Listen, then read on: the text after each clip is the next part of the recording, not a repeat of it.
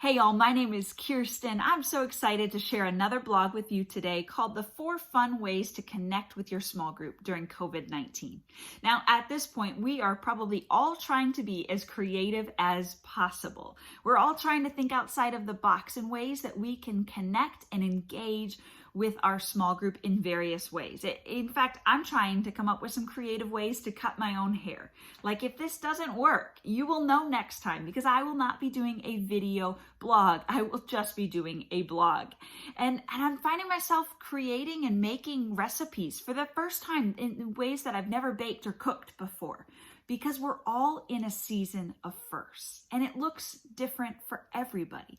And some of you might actually be starting to go back to a normal lifestyle a little bit sooner than others. And what does it look like for us to continue these deep connections that are taking place in this season, both during COVID and post-COVID? And so I just wanted to share with you today a couple of ways that we've done in our own small group and that we've brainstormed to continue to do in our small group. And the first one is a Netflix watch party. So I don't know if you've seen this yet, but you can actually have a watch party where you send out all of these invites to watch the same movie online at the same time. And then there's a chat window where you can communicate with everyone who is watching this movie. Now, for all of you who talk during movies, you know who you are, and this is a perfect opportunity to literally be talking throughout the entire movie. You can even make it a BYOP, bring your own popcorn, and just have a blast with it.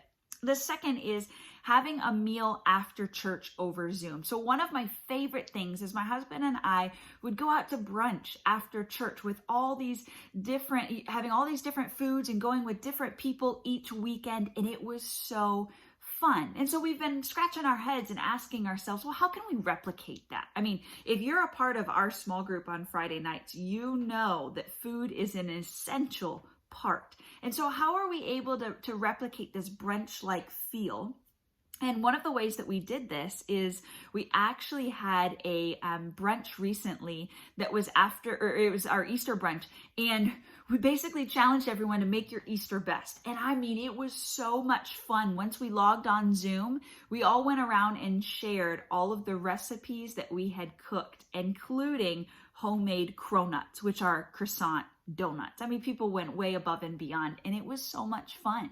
And so that's just something simple that you can take of something you used to do on a regular basis, and you just made it online. You made it accessible to everybody. And sure, it's different, but we were creative and we cooked new things that we had not done before, or we cooked family traditional recipes that we were able to share with other people.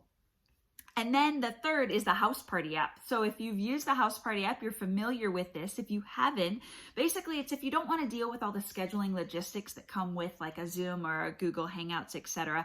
It is a fun and easy way to invite people into conversation.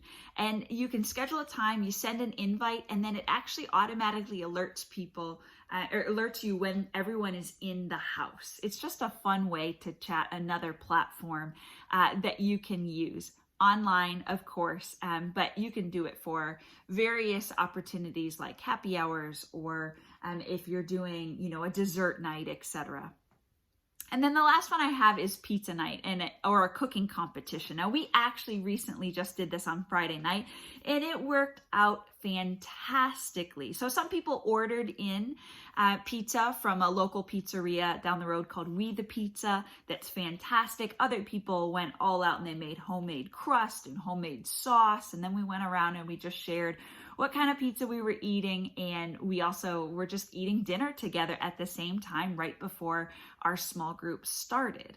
That was really fun. You also could do a cooking competition, and then you could post your recipe on Instagram Live or on, if you have Portal for Facebook, that will allow you to upload Facebook video, and it's just a device that you can use to call people through Facebook. So there are so many different creative ways that we can do to connect outside of our group time, because what we're finding is that we're developing stronger relationships, even virtually, outside of group time.